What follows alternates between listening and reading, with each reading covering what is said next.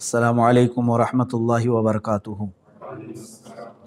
الحمدللہ وکفا وسلام علی حبیبہ المصطفیٰ اما بعد فاعوذ باللہ من الشیطان الرجیم بسم اللہ الرحمن الرحیم فلیحذر الذین یخالفون عن امرہ ان تصیبہم فتنہ او یصیبہم عذاب علیم۔ صدق اللہ مولانا العظیم۔ بارگاہ رسالت معاب صلی اللہ تعالیٰ علیہ وسلم میں درود پاک کا ہدیہ پیش کریں۔ اللہم صلی علی سیدنا و مولانا محمد معدن الجود والکرم وآلہ واصحابہ الکرام وابنہ الکریم وبارک وسلم صلاۃ دائمۃ سرمدا ابدا۔ عزیزان گرامی وقار، مسلسل کئی سالوں سے ہم اپنے ملک کے حالات دیکھتے آ رہے ہیں، بد سے بدتر ہوتے جا رہے ہیں۔ کن کن حالات کا تذکرہ کیا جائے، پریشانیاں کن کن باتوں کی، ہر میدان میں مارے ہوئے نظر آتے ہیں، ہم ہر جگہ سے بچھڑے ہوئے نظر آتے ہیں۔ اس کی وجہ کیا ہے؟ مسلمانوں کے حالات کو لے کر سپریم کورٹ نے ایک کمیٹی بھی بنائی کہ حالات دیکھ کر کے ان کی رپورٹ دی جائے، جس کو سچر کمیٹی کہا جاتا ہے، سری کرشنا کمیٹی ہے۔ اس میں جو حالات لکھے گئے ہیں وہ ہندوستان کے شیڈول کاسٹ سے بھی زیادہ بدتر حالات ہیں، مسلمانوں کے حالات۔ میرے عزیزو، آج کے دور میں خصوصیت کے ساتھ جو سب سے برے حالات ہیں وہ خوف اور ڈر کا ماحول ہے۔ میں مسلمانوں سے ہی کہتا ہوں کہ اتنا خوف اور ڈر جو تمہارے دلوں میں آیا، جو ہزاروں نے لاکھوں لوگوں کو آج بزدل بنا رکھا ہے، یہ ڈر، خوف، ہر وقت ہر گھڑی لوگوں کو ظالموں کا خوف ستا رہا ہے۔ پتہ نہیں ہمارے ساتھ کیا ہو جائے گا، کیا نہیں ہوگا، کیا ہو جائے گا۔ اب میں آپ کو بتاتا ہوں کہ یہ سارے حالات کیوں آئے۔ ایک حدیث پاک حضرت ثوبان رضی اللہ تعالیٰ عنہ سے مروی ہے۔ رسول کریم صلی اللہ تعالیٰ علیہ وسلم ارشاد فرماتے ہیں، یوشک الامم ان تداعى علیکم کما تداعى الاکلۃ الی قصعتها۔ ان قریب میری امت پر ساری قومیں جھپٹ پڑیں گی جیسے کہ بھوکا برتن پہ جھپٹتا ہے۔ میری امت پر، حضور صلی اللہ تعالیٰ علیہ وسلم فرماتے ہیں، تم پر ساری امتیں جھپٹ پڑیں گی، ساری قومیں جھپٹیں گی، سب تمہیں نشانہ بنائیں گی، سب تمہیں ٹارگٹ کریں گی جیسے کہ بھوکا برتن پہ جھپٹ پڑتا ہے۔ فقال قائل من قلت نحن یومئذ، کسی ایک سوال کرنے والے نے اس وقت، صحابی نے حضور صلی اللہ تعالیٰ علیہ وسلم سے پوچھا، یا رسول اللہ صلی اللہ تعالیٰ علیہ وسلم، تو کیا ہماری تعداد کم ہوگی اس زمانے میں جو یہ ساری جماعتیں ہم پر جھپٹ پڑیں گی؟ اب جواب سنیں، رسول کریم صلی اللہ تعالیٰ علیہ وسلم ارشاد فرماتے ہیں، وَلَكِنَّكُمْ كَثِيرُونَ غُثَاءً كَغُثَاءِ السَّيْلِ۔ رسول پاک صلی اللہ تعالیٰ علیہ وسلم فرماتے ہیں، نہ، تمہاری تعداد تو بہت زیادہ ہوگی لیکن تمہاری حیثیت سمندر کے جھاگ کی طرح، سمندر کے جھاگ کی طرح کہ ہوا آئے تو یہ جھاگ اڑ جائے، جھاگ سمجھتے ہوں گے، جھاگ کی طرح تمہاری حیثیت ہوگی، کثیر تعداد میں ہو کر کے بھی کوئی معنی نہیں رکھتی۔ آج وہی پوزیشن ہے ہماری۔ آگے کی حدیث میں ہے، اللہ تبارک و تعالیٰ کے حبیب صلی اللہ تعالیٰ علیہ وسلم یوں ارشاد فرماتے ہیں، وَلَيَنزِعَنَّ اللَّهُ بِكُمُ الْمُحَابَةَ مِنْكُمْ۔ حضور پاک صلی اللہ تعالیٰ علیہ وسلم ارشاد فرماتے ہیں کہ تمہارے دلوں سے اللہ تبارک و تعالیٰ، جو تمہارے اوپر اللہ تعالیٰ نے ایک رعب رکھا ہے کافروں کے اوپر، وہ رعب ہٹا دے گا، تمہارا رعب ختم کر دیا جائے گا۔ وَلَيَقْذِفَنَّ اللَّهُ فِي قُلُوبِكُمُ الْوَهْنَ، اور تمہارے دلوں پر اللہ تعالیٰ خوف طاری کر دے گا، ڈر بٹھا دے گا، وہن آ جائے گا تمہارے اندر۔ جو پہلے سے دشمنان اسلام تم سے جو خوف رکھتے تھے وہ خوف ختم کر دیا جائے گا اور تمہارے دلوں میں وہن پیدا کیا جائے گا۔ پوچھا گیا وہن کیا ہے؟ اب یہی آتی ہے، اللہ کے حبیب صلی اللہ علیہ وسلم فرماتے ہیں، حب الدنیا و کراہیت الموت، دنیا سے بے پناہ لگاؤ رکھتا ہے اور مرنے سے خوف کھاتا ہے، مرنے سے ڈرتا ہے۔ یہ دو چیزیں تو مسلمان کی ہے ہی نہیں میرے عزیزو، دنیا میں مگن ہو جانا اور موت سے غفلت۔ ہمارے لیے موت تو رسول پاک صلی اللہ تعالیٰ علیہ وسلم کے دیدار کا ایک ذریعہ ہے، رب ذوالجلال سے ملاقات کا ذریعہ ہے۔ مسلمان کے لیے موت خوف کا سامان نہیں ہے. یہ دو چیزیں جب کسی کے دل میں آ جاتی ہیں، حب الدنیا، دنیا کی محبت، اور پھر موت سے بھاگنا، تو سمجھ لو تمہارے دلوں میں اللہ تعالیٰ دشمنان اسلام کا خوف بٹھاتا ہے. آج یہ جو خوف کا ماحول طاری ہے وہ دو وجوہات ہیں، اس کی دو وجوہات ہیں. یہی ہے حب الدنیا و کراہیت الموت. باہر نکلو ان تمام چیزوں سے، باہر نکل آؤ. مسلمان کے لیے تو علامہ اقبال نے کہا تھا کہ وہ صحابہ جو نہتے ہوتے تھے رسول پاک صلی اللہ تعالیٰ علیہ وسلم کے ساتھ چل پڑتے تھے، ان کے سینوں میں ذرا خوف کہیں خوف ہے؟ ارے لکڑیاں لے کر کے بدر میں آ گئے، خوف نام کی کوئی چیز نہیں، سامنے ایک بڑا لشکر جرار ہے، خوف بالکل نہیں تھا. وجہ کیا ہے؟ دیکھیں جب موت کا اور مرنے کا ڈر ساری طاری ہو جاتا ہے تو ہزار ہیلے بہانے اور مصلحتوں میں گھر جاتا ہے، پھر وہ بے غیرت ہو جاتا ہے، وہ ہر چیز کو برداشت کرنے لگ جاتا ہے. جیسے آج ہماری حالت ہے، ہر چیز کو برداشت کرنے لگ گئے، ہر چیز کو. کیا نہیں برداشت کر رہے آج آپ لوگ، کیا نہیں برداشت کر رہے؟ انتظار کرو اور اس سے بھی خطرناک چیزیں تمہیں دیکھنے کی ہیں. تمہارے گھر لوٹے جا رہے ہیں، تمہاری مسجدیں پامال ہو رہی ہیں، خانقاہوں کو اجاڑا جا رہا ہے، درگاہوں کو جلایا جا رہا ہے. کیا یہ سب چیزیں دیکھ کر برداشت نہیں کر رہے؟ ہر چیز کو برداشت کرنے کی طاقت آ جاتی ہے جب آدمی بے غیرت ہو جاتا ہے، بے غیرت ہو جاتا ہے. یہی پوزیشن آج ہماری ہے. سب کو دنیا کی مصلحتیں ستا رہی ہیں. بولوں گا تو پتہ نہیں کیا ہو جائے گا، مجھے پکڑ لیا جائے گا، مار دیا جائے گا. صحابہ اکرام جو نکلتے تھے رسول کریم صلی اللہ تعالیٰ علیہ وسلم کے ساتھ، ان کا مطلب یہ نہیں تھا کہ ہم نکل پڑیں گے راستے میں اور ایک بڑی چیز بنا لیں گے، جائیں گے تو مال غنیمت ملے گا اور پھر گھر بنا لیں گے. نہیں، علامہ اقبال نے کہا ہے شہادت ہے مطلوب و مقصود مومن، نہ مال غنیمت نہ کشور کشائی. وہ تو شہادت کو دیکھتے ہوئے نکل پڑتے تھے اور جہاں جاتے تھے رب تعالیٰ ان کے لیے راستے کشادہ فرماتا تھا. اور آج جو ڈر کا ماحول ہے، خصوصاً میں علماء سے کہوں گا، علماء کاملین آج بھی ایک سروے کے مطابق میں آپ کو بتاؤں صرف ہندوستان میں 3 لاکھ سے زیادہ مسجد ہیں جو رجسٹرڈ ہیں، باقی اس کے بارے میں مجھے نہیں معلوم.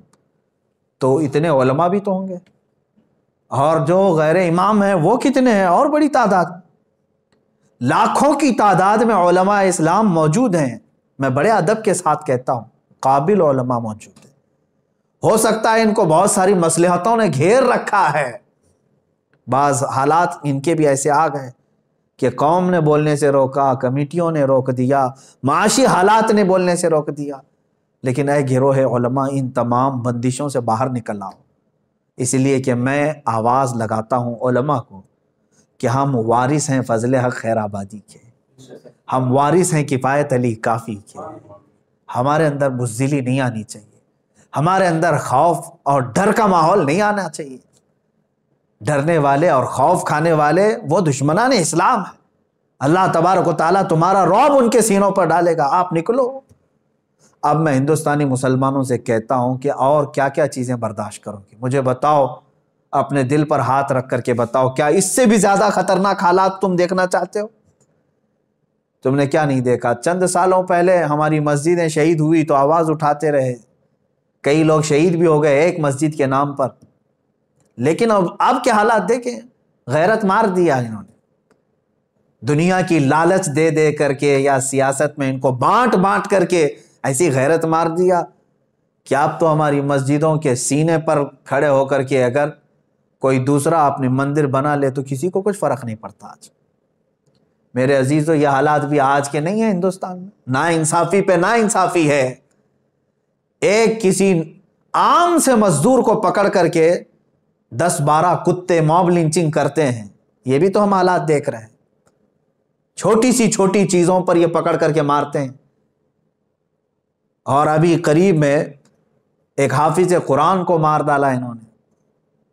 اس طرح کے حالات ہم دیکھتے آ رہے ہیں. یہ ظلم پہ ظلم ہوتا جا رہا ہے. میرے عزیزو ایسے ہی حالات تھے جب کفایت علی کافی رحمۃ اللہ علیہ اٹھے تھے، عنایت احمد کاکوروی رحمۃ اللہ تعالیٰ علیہ، فضل حق خیر آبادی رحمۃ اللہ علیہ، یہ اٹھے تھے.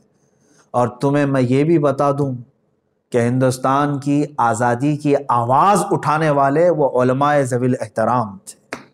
ان کی زبانوں میں اللہ تبارک و تعالیٰ نے وہ طاقت عطا کی ہے کہ یہ انقلاب لا سکتے ہیں، انقلاب لا سکتے ہیں.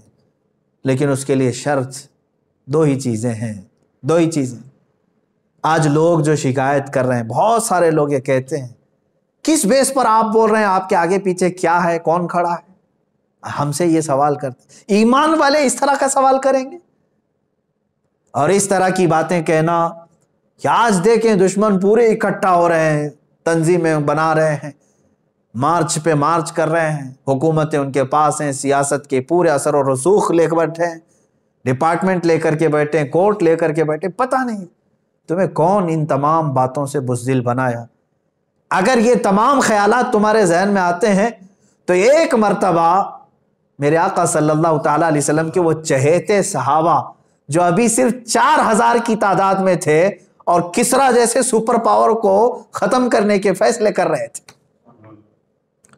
فتح کرنے کی باتیں کر رہے تھے. قیصر و کسرا معمولی بات ہے، قیصر و کسرا کو فتح کرنے کی بات کر رہے ہیں. کون لوگ مدینہ طیبہ میں حضور پاک صلی اللہ تعالیٰ علیہ وسلم کے پیچھے نماز پڑھنے والے وہ صحابہ جو دن بھر ایک کھجور کی گٹلی پر رہتے ہوں، کون سی طاقت تھی ان کے پاس، کون سی قوت؟ وہ ایمانی قوت تھی، ایمانی قوت. انہیں یقین کامل تھا کہ رب ذوالجلال کی مدد آئے گی ہمارے ساتھ، کیونکہ ہم حق پر ہیں. علماء ذوی الاحترام کو میں یہی بات بتانا چاہوں گا. آج اور کس قدر آپ بزدلی کے ساتھ جینا پسند کرو گے؟ کیا یہ حالات آپ کو اچھے لگ رہے ہیں آج ہندوستان بھر کے؟ میں آپ کو یہ بات بتا دوں کہ رسول پاک صلی اللہ تعالیٰ علیہ وسلم کے انہی جانثاروں کو چیک کرنے کے لیے ایک صاحب آئے تھے دیکھنے کے لیے. ایک صاحب آئے اور انہوں نے یہ دیکھنے کے لیے کہ محمد صلی اللہ تعالیٰ علیہ وسلم نے کتنی طاقت جمع کر لی. جیسے ابھی ہمارے آگے پیچھے لگ گئے ہیں کہ ان کے پاس کتنا فنڈ آ رہا ہے، کتنی تنظیمیں آ رہے ہیں، اتنی باتیں کر رہے ہیں. ہاں چیکنگ پہ لگے ہوئے ہیں. وہاں حضور پاک صلی اللہ تعالیٰ علیہ وسلم کے پاس چیکنگ کے لیے ایک شخص آئے اور یہ دیکھنے کے لیے کہ انہوں نے کتنا ہتھیار جمع کیا، کیا کیا ہے، جو قیصر و کسرا کو فتح کرنے کی بات کر رہے ہیں، اس زمانے کی سپر پاور تھی. تو بہت غور سے معائنہ کیا، لیکن ایک ہی چیز نظر آئی جو واپس جا کر کے اس قاصد نے اپنے آقاؤں کو بتایا تھا، عروہ بن مسعود ثقفی. کیا چیز دیکھا جانتے ہیں؟ اذان ہو رہی ہے، رسول پاک صلی اللہ تعالیٰ علیہ وسلم وضو کے لیے بیٹھے ہیں، صحابہ ارد گرد پورے کھڑے ہو گئے. حضور پاک صلی اللہ تعالیٰ علیہ وسلم وضو کے لیے پانی لیتے ہیں ہاتھ میں، کلی فرماتے ہیں، جیسے کلی فرماتے ہیں آپ کی کلی کا ایک قطرہ بھی زمین پہ نہیں گرتا. صحابہ اپنے دامن پھنسا لیتے ہیں، کسی کے ہاتھ میں، کسی کے دامن میں، اور حضور پاک صلی اللہ تعالیٰ علیہ وسلم کا پورا وضو ہو جاتا ہے، ایک قطرہ بھی زمین پر نہیں. وہ سارے صحابہ لے لیتے، اپنے چہروں سے مل لیتے تھے، اپنے جسم پہ مل لیتے تھے. عروہ بن مسعود ثقفی وہ واپس جا کر کے اپنے آقاؤں کو خبر کرتا ہے، کہتا ہے یقیناً محمد صلی اللہ تعالیٰ علیہ وسلم نے بہت بڑی فوج تو نہیں جمع کی، لیکن ایسے دیوانے بنائے ہیں کہ یہ ادب تو میں نے قیصر و کسرا کے دربار میں بھی نہیں دیکھا جو محمد کے دیوانوں میں دیکھا ہے. وہ ان کے وضو کے قطروں کو زمین پہ گرنے نہیں دینا چاہتے، کہاں ان کے خون کے قطرہ گرنے دیں گے؟ ان کے اندر وہ جانثاری ہے. میرے عزیزو، یہی ایک چیز دیکھ کر کے ساری دھرتی ہل گئی تھی کہ رسول پاک صلی اللہ تعالیٰ علیہ وسلم کے دیوانے ایسے ہیں کہ ان کا ہی تو یہ نعرہ تھا کہ مرد حق باطل کے آگے مات کھا سکتا نہیں، سر کٹا سکتا ہے لیکن سر جھکا سکتا ہے. وہ نکلتے تھے. عزیزان گرامی وقار، ان کے پاس جو طاقت و قوت تھی وہ چیز میں آپ کو بتانا چاہتا ہوں. نوجوانوں کو بھی آج جو پورے ہندوستان کے مسلمان جو بے قرار ہیں حالات کو دیکھ کر کے، ایک ہی علاج ہے تمہارے پاس، ایک ہی علاج ہے، پلٹ آؤ. بہت سارے حالات کو صحیح کرنے کے لیے لوگ اب جلسے کرا رہے ہیں.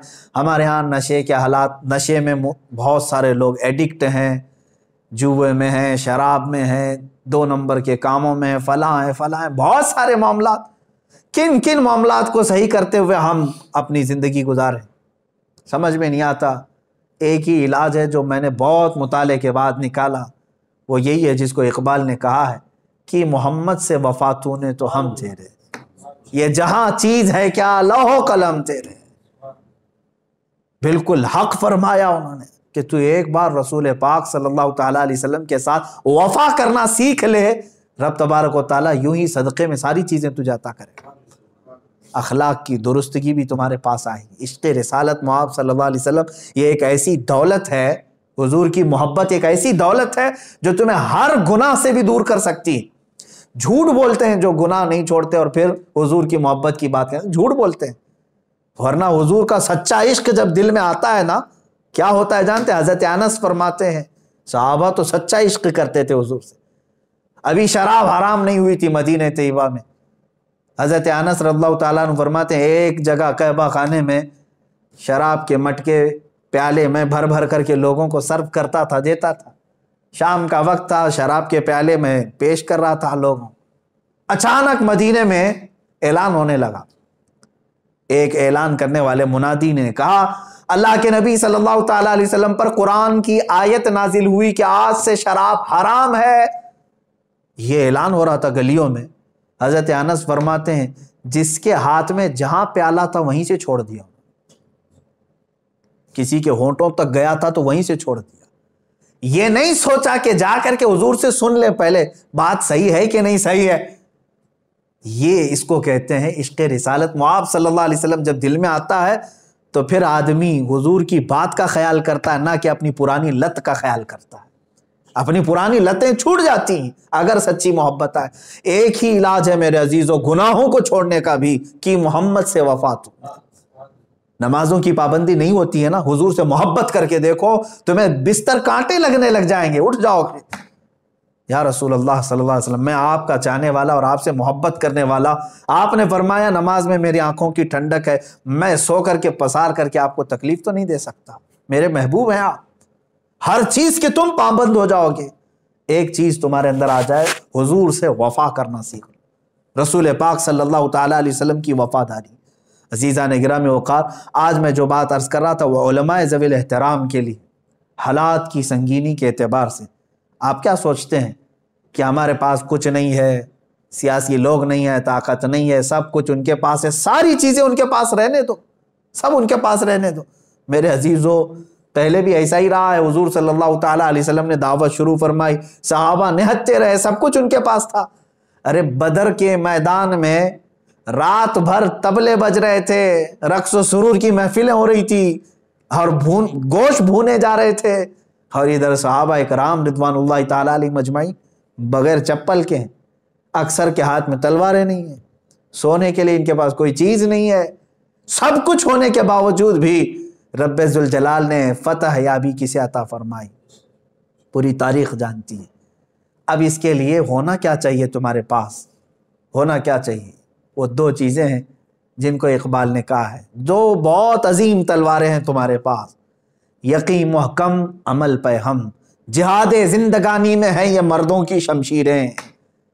دو چیزیں تمہارے پاس اگر آ گئی، پختہ یقین اللہ کی ذات پر اور میرے رسول پاک صلی اللہ تعالیٰ علیہ وسلم کی ذات پر، کہ میں کسی اور کا کتا نہیں، میں رسول پاک صلی اللہ علیہ وسلم کا وفادار ہوں۔ حضرت سفینہ رضی اللہ تعالیٰ عنہ ایک صحابی ہیں، وہ جنگل میں گئے تھے، راستہ بھٹک گئے تھے، ایک شیر دہاڑتا ہوا آ گیا، شیر، جنگل کا شیر دہاڑتا ہوا آ گیا، تو جیسے ہی وہ قریب آیا تو حضرت سفینہ نے کیا فرمایا جانتے ہیں؟ اس صحابی نے کہا انا مولا رسول اللہ صلی اللہ علیہ وسلم، اتنا کہا میں رسول اللہ کا غلام و خادم ہوں۔ وہ شیر دم ہلاتا ہوا وفادار کتے کی طرح آپ کو مدینے تک چھوڑ گیا۔ میرے عزیزو، یہ اگر تمہارے اندر یقین محکم آ جائے، یقین محکم پختہ یقین آ جائے، تو پھر مجھے وہ اقبال کا شعر یاد آتا ہے، نکل کر کے صحرا سے جس نے الٹ دیا تھا تخت روما کو، نکل کر کے صحرا سے جس نے الٹ دیا تھا تخت روما کو، سنا ہے قدسیوں سے میں نے کہ وہ شیر پھر ہوشیار ہوگا، وہ شیر پھر ہوشیار ہوگا، لیکن اس شیر کو ہوشیار ہونے کے لیے یقین پختہ ہونے کی ضرورت ہے۔ یقین پختہ کرو۔ علماء ذوی الاحترام سے میں بارہا گزارش کرتا ہوں کہ آپ اپنے منصب کا استعمال کرو، آپ نائب رسول ہیں، رسول پاک صلی اللہ تعالیٰ علیہ وسلم کی نیابت کا تاج آپ کے سروں پر رکھا گیا ہے، آج امت آپ کی نگہبانی کی طرف دیکھ رہی ہے۔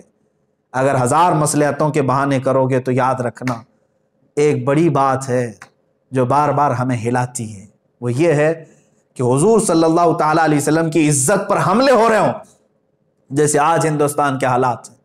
ایک غلیظ پاکھنڈی جو دنیا کا سب سے غلیظ انسان اور سب سے بڑا آتنکوادی جو میرے دیش میں رہ رہا ہے، زہر اگل رہا ہے، زہر پہ زہر اگل رہا ہے، اور رسول پاک صلی اللہ تعالیٰ علیہ وسلم کی عزت پر حملے کر رہا ہے۔ اس غلیظ انسان کی گالیاں سننے کے بعد میرے عزیزوں کھانا پھیکا ہو جانا چاہیے، راتوں کی نیند اڑ جانی چاہیے، علماء کی بھی، تمام مشائخ کی بھی، تمام مسلمانوں کی بھی۔ کیا تمہیں معلوم نہیں ہے کہ رسول پاک سے کمال محبت کا نام ہی ایمان ہے؟ اور ایسے حالات میں ہم اس کو سن کر کے خاموش رہ جائیں تو پھر ہمارے ایمان پر بھی سوال آتا ہے۔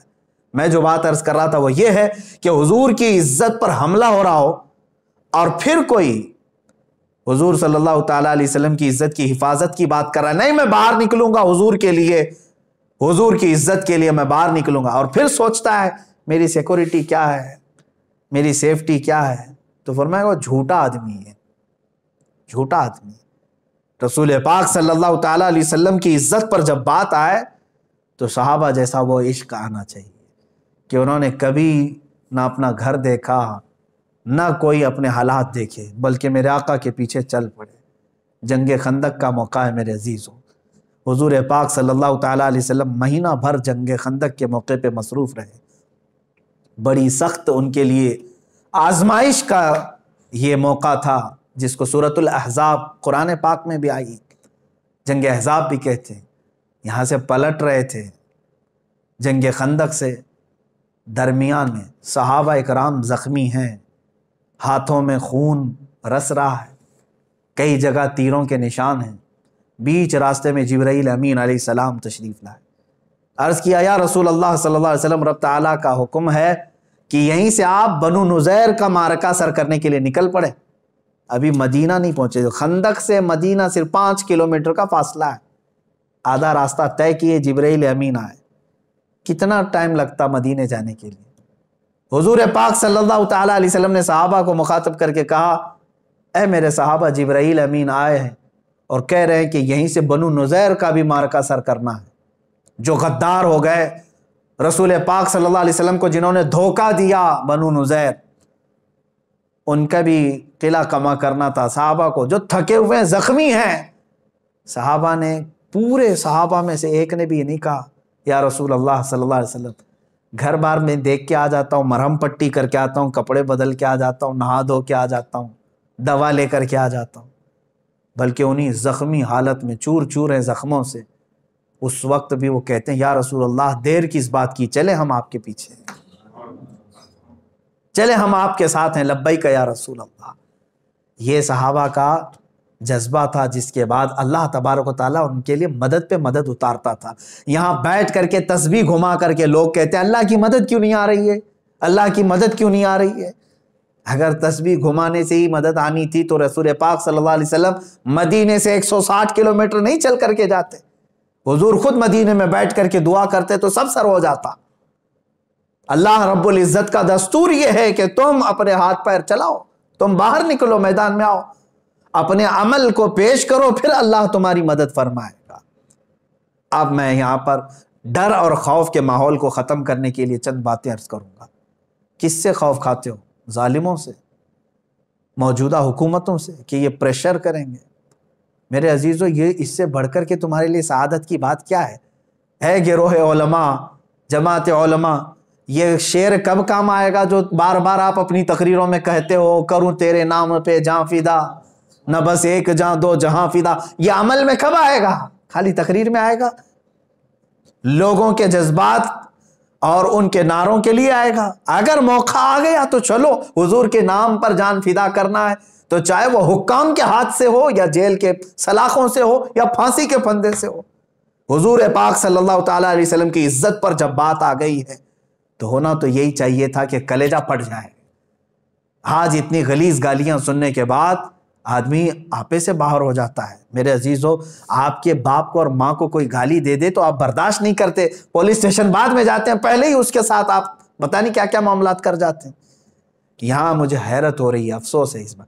یہ باتیں میں اس لیے عرض کر رہا ہوں کہ اب مجھے امید نہیں رہ گئی کہ یہ حکومت وقت ہمارا کچھ سنے گی، اس لیے کہ جگہ جگہ پردرشن، جگہ جگہ پروٹیسٹ، FIR، کیا نہیں کر لیا ہم لوگوں نے.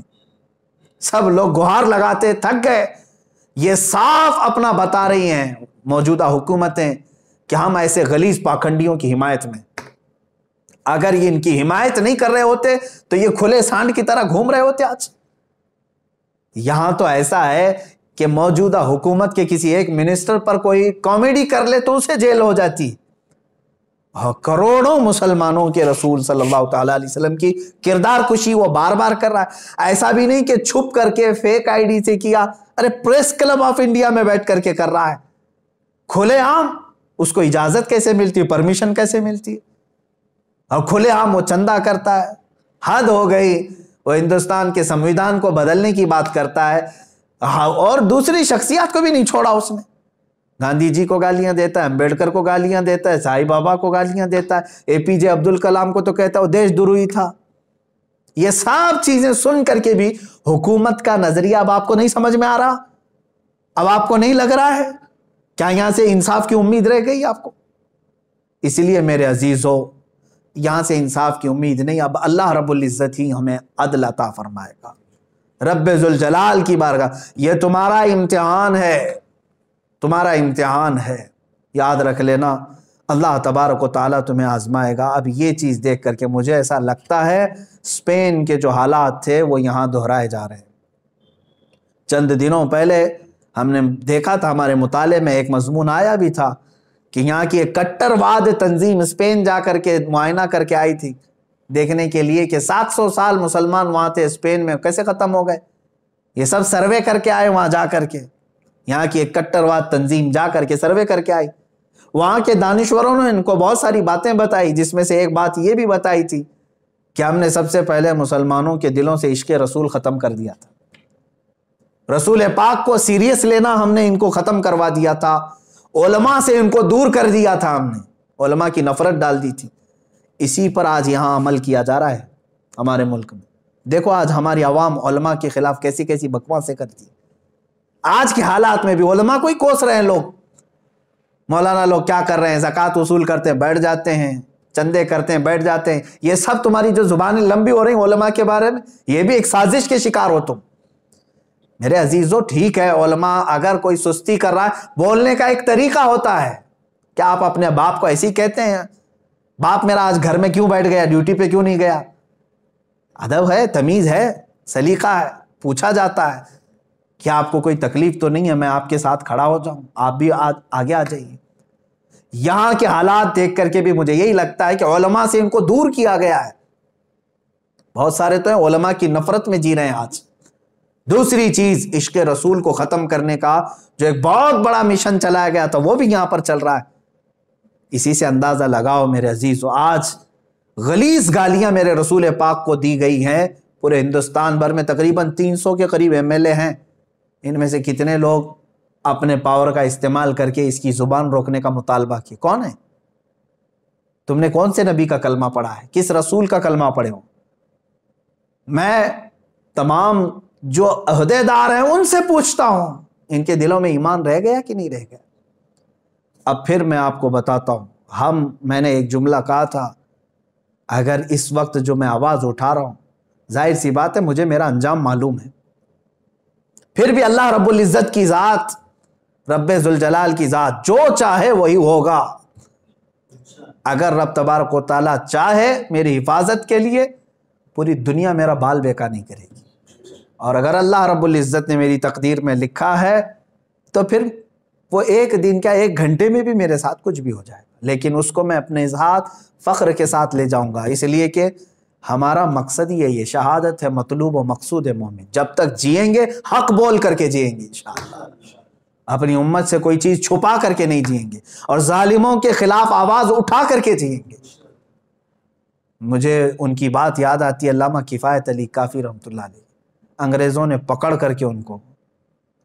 پکڑ کر کے جانتے ہیں رات کے وقت ان کے کپڑے اتار کر کے ان کے جسم پر استری پھیرتے تھے، گرم استری پریس پورے جسم پر لگاتے تھے. جب چمڑی جل جاتی تھی، ظاہر سی بات ہے پریس لگ جائے جسم پر، چمڑی جل جائے، ایک عالم ربانی کی بات کر رہا ہوں، جب جسم جلتا تھا تو وہ انگریز نمک آپ کے جسم پر چھڑکتے تھے، اس جلی ہوئی چمڑی کے اوپر نمک چھڑکتے تھے، لیکن اس عالم باوقار نے، عالم حقانی نے ایک بار بھی ٹس سے مس ہونے کا فیصلہ نہیں کیا، کبھی ارادہ نہیں کیا، مسلسل کئی دنوں تک یہ تکلیف ان کو دی گئی۔ اس کے بعد مراد آباد کے بھرے چوراہے میں لا کر کے مجمع عام کے سامنے ان کو پھانسی پر لٹکایا گیا۔ جب ان کو لا کر کے سارے مجمع میں پھانسی دی جا رہی تھی تو مجمع تھا اس وقت بھی، لوگ کچھ رو رہے تھے، کچھ دیکھ رہے تھے۔ کفایت علی کافی رحمۃ اللہ علیہ کے متعلق لکھا گیا ہے کہ جب وہ جا رہے تھے تو ان کی پیشانیوں پر ذرا برابر بھی کوئی فکر کے آثار نہیں لگ رہے تھے، خوشی سے جا رہے تھے، خوشی سے جا رہے تھے۔ پھانسی پر لٹکنے سے پہلے ہی جانتے ہو آپ، انہوں نے میسج دیا تھا اپنی قوم کو کہ آخری مرتبہ ہے لوگوں سن لو۔ اگر ان کی آخری کوئی خواہش تھی تو صرف اتنی تھی کہ ایک بار رسول پاک کی شان میں نعت پڑھ لیں، جس کے لیے ہم نے زندگی گزاری۔ اور کیا کہا بھی کیا انہوں نے، اللہ اکبر، کوئی گل باقی رہے گا نہ چمن رہ جائے گا، پر رسول اللہ کا دین حسن رہ جائے گا، سب فنا ہو جائیں گے حشر تک، سب فنا ہو جائیں گے کافی وہ، لیکن حشر تک نام حضرت کا زبانوں پر چلن رہ جائے گا۔ یہ پورا کا پورا سسٹم لے کر کے بھی اسلام کے خلاف کھڑے ہو جائیں۔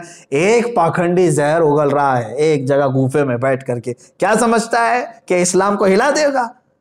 یاد رکھنا، اسلام یہ گڈی گڈے کا کھیل نہیں ہے، اس کی جڑیں تحت الثری میں ہیں اور اس کی شاخیں اوج ثریا پر ہیں۔ الحمدللہ اسلام تیری نبض نہ ڈوبے گی حشر تک، تیری رگوں میں رواں خون ہے چار یار کا۔ یہ سب سسٹم لے کر کے بھی اسلام کا کچھ نہیں کریں گے، بس اتنا ہے کہ یہ اپنی غلاظت اور اپنی حیثیت بتانے کے لیے بار بار اس طرح کے آ جاتے ہیں۔ میں یہ کہنا چاہتا ہوں اے علماء ذوی الاحترام سے اور اے سنی مسلمانوں، خوف نہ کرو، ڈرو مت، حق بولنا سیکھو، مصلحتوں سے نکل آؤ۔ ایک دن موت آنی ہے نا ہماری، کیا اس میں بھی تمہیں شک ہے؟ ہو سکتا ہے کہیں چھوٹ جائے گی موت، ہو سکتا ہے بچ جاؤ، اس میں شک ہے؟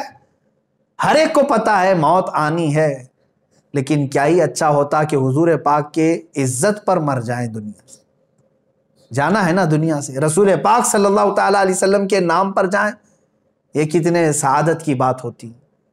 اور علامہ فضل حق خیر آبادی، اب بہت سارے لوگ مجھے بھی یہ کہہ رہے تھے جیل میں ڈال دیں گے اور وہ کر دیں گے، گرفتار کر دیں گے۔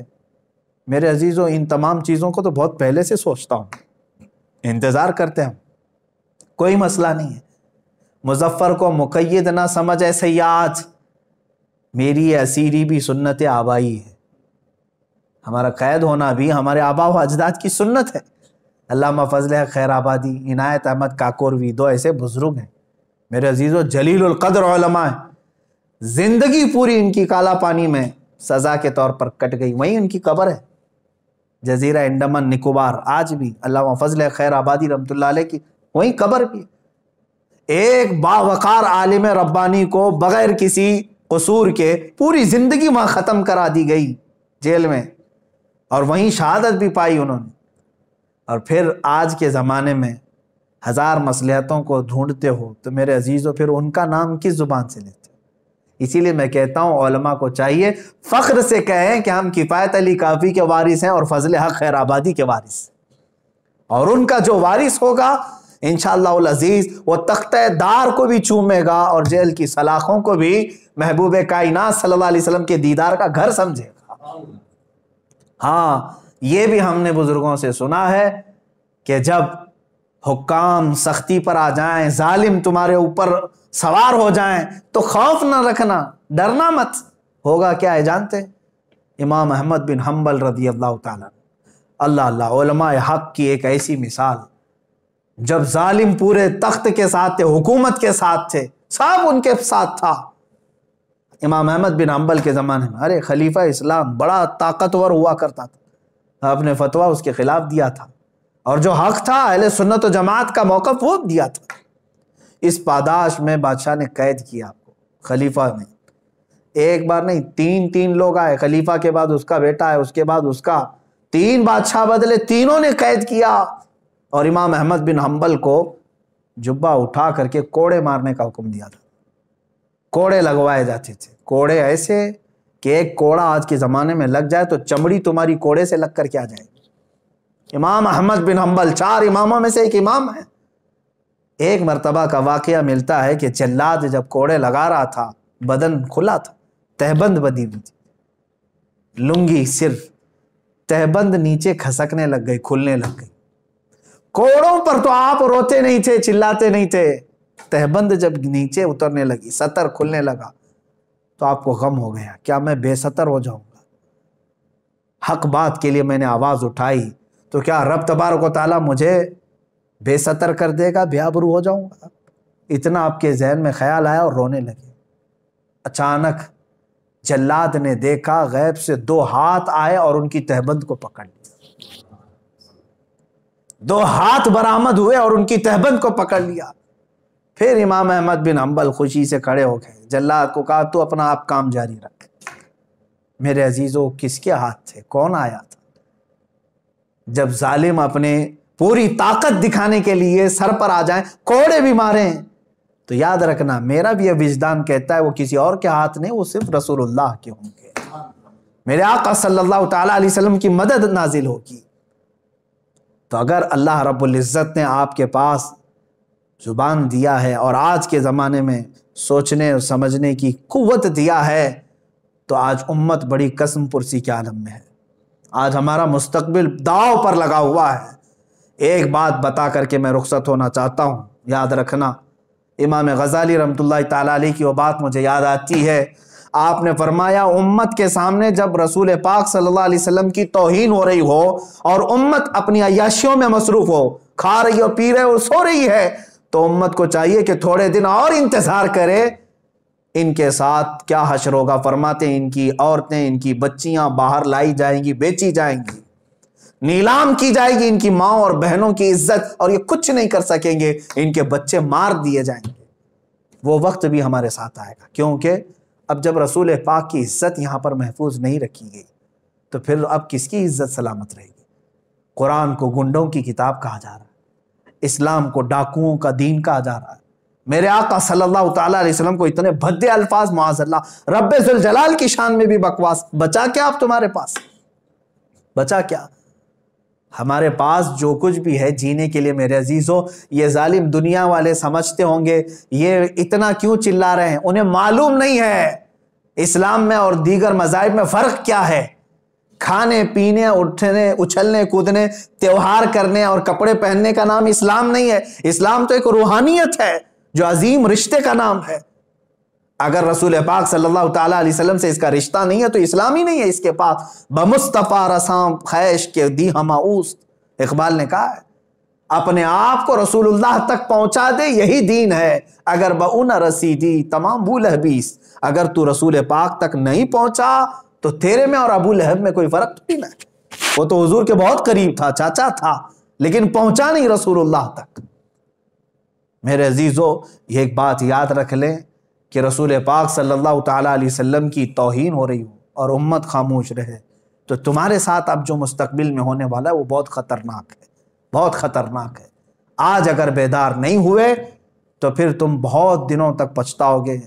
معاذ اللہ رب العالمین، ایک شخص نے یہ تحریر لکھ کر کے کہا تھا، سعودی عرب میں جدہ کے کچھ گھروں میں مسلمان بچے باہر پڑھنے کے لیے گئے اور واپس آ کر کے اپنے ماں باپ سے پوچھتے ہیں ہو از دا محمد،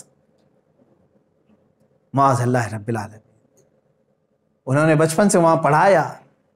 اس ایک رائٹر نے ایک تحریر لکھ کر کے کہا تھا کہ اے مسلمانوں، شاید تمہارے ساتھ بھی یہی ہو جائے کہ دشمن ہر جگہ سے تمہارا ایمان اور تمہارے عشق رسالت کا دشمن ہر چیز سلب کرنے کے لیے تیار ہے، اور ایک بڑی بات، ایک بڑی خانقاہ، ہماری معظم خانقاہ ہندوستان کی، ان کے سجادہ نشین، اللہ رب العزت ان کی عمر دراز فرمائے، حضرت نے مجھ سے ایک بڑا جملہ کہا، میں بطور نصیحت کرتا ہوں۔ وہ رو رہے تھے بات کرتے کرتے، کہہ رہے تھے کہ جب رسول پاک صلی اللہ تعالیٰ علیہ وسلم کی اتنی توہین ہو گئی تو اب یہاں جینے کا مزہ کیا ہے، کھانے میں کیا مزہ رہ گیا ہے؟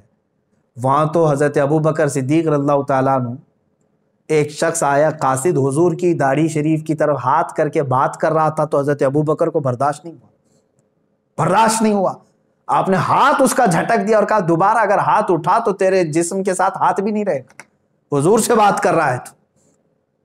یہ ان کا جذبہ تھا.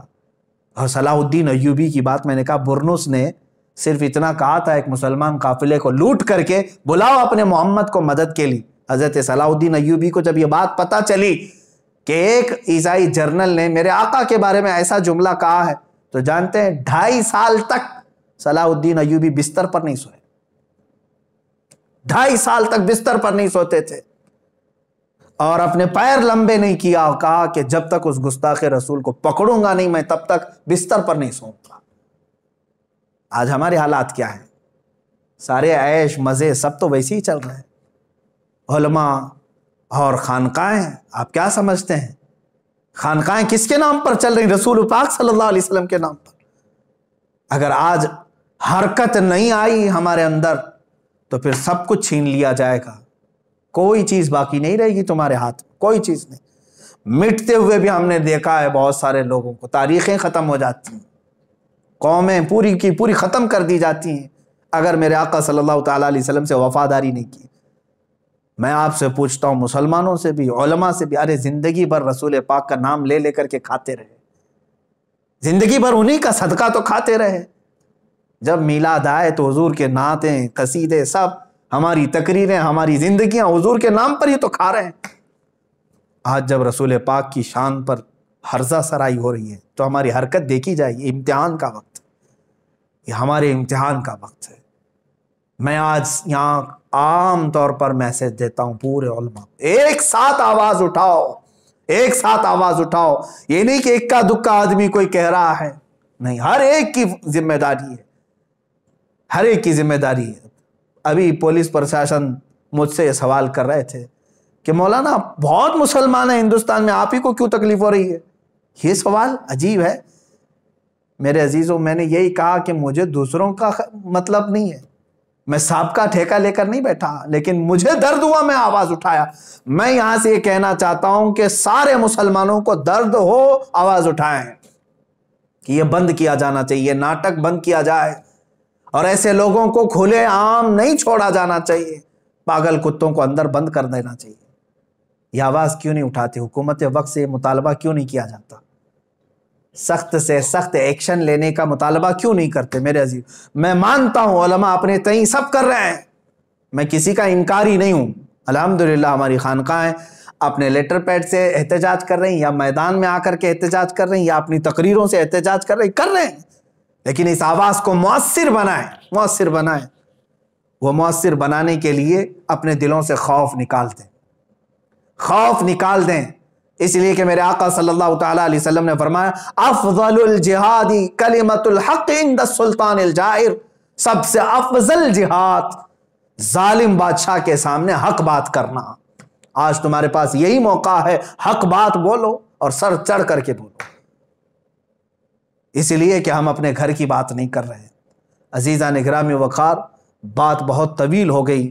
آج کے حالات کے اعتبار سے میں پورے لوگوں کو یہ کہنا چاہوں گا، مستقبل تمہارا بہت خطرے میں ہے. نہ سنبھلو گے تو مٹ جاؤ گے. اے ہندی مسلمانوں، تمہاری داستان تک نہ رہے گی داستانوں میں، تمہاری داستان تک نہ رہے گی داستانوں میں. تم اگر صرف خرافات میں رہ گئے آج، واہیات میں رہ گئے اگر آج، تو پھر یاد رکھو تمہارا سخت ترین سوال ہوگا، تم سے سخت ترین پوچھ تاچھ ہوگی اللہ کی بارگاہ میں. رسول کریم صلی اللہ تعالیٰ علیہ وسلم کی عزت کی خاطر تم کیا کرتے تھے؟ یہ سوال تو ہوگا میرے عزیز. علماء سے بھی ہوگا، مشائخ سے بھی ہوگا، جوانوں سے بھی ہوگا، سب سے ہوگا. ہاں، جو بات میں کہہ رہا تھا وہ بیچ میں بھول گیا. بڑی خانقاہ کے بڑے بزرگ ہیں، اللہ انہیں سلامت رکھے، انہوں نے ایک بات یہ کہا کہ مولانا اب تو مجھے ایسا لگ رہا ہے کہ بزدلی ایسی چھا گئی ہے کہ اب تو شادیاں ہماری ہوں یا ہم اپنے بچے پیدا کریں کس کام کے. میں نے کہا حضرت ایسی مایوسی کی بات کیوں کر رہے ہیں؟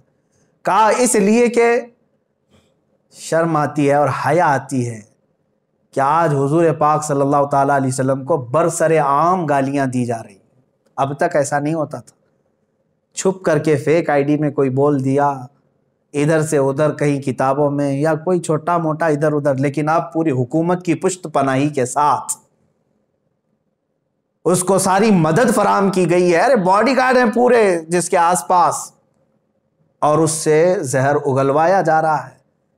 تو حضرت نے یہ فرمایا کہ اب ہمارے سامنے جب اس قدر غلاظت بکی جا رہی ہے تو پھر اس طرح کی بزدل بچے پیدا کر کے کیا مطلب, کیا رہ جاتا ہے. لیکن میرے عزیزو یہ بہت بڑی بات ہے, اگر اسی طرح سے تم بزدل رہو گے تو ایک بات یاد رکھ لینا, منتشر ہوگے تو کستوں میں صفایا ہوگا, متحد رہو گے تو کہلاؤ گے مومن و غازی. انشاءاللہ العزیز رب تبارک و تعالیٰ کی مدد آئے گی, ضرور آئے گی. 100% سے بھی زیادہ ہمیں یقین ہے کہ مولا ہماری مدد فرمائے گا. لیکن شرط یہ ہے ان کنتم مؤمنین, تم رسول پاک سے وفا کرنا سیکھ جاؤ. تم ساری چیزیں, غلط چیزیں چھوڑو اور کہو ابی امی فداک یا رسول اللہ, اے اللہ کے رسول میں اپنا سب کچھ آپ پر نثار کرتا ہوں, قربان کرتا ہوں. دیکھو پھر اللہ کی مدد کیسے آئے گی.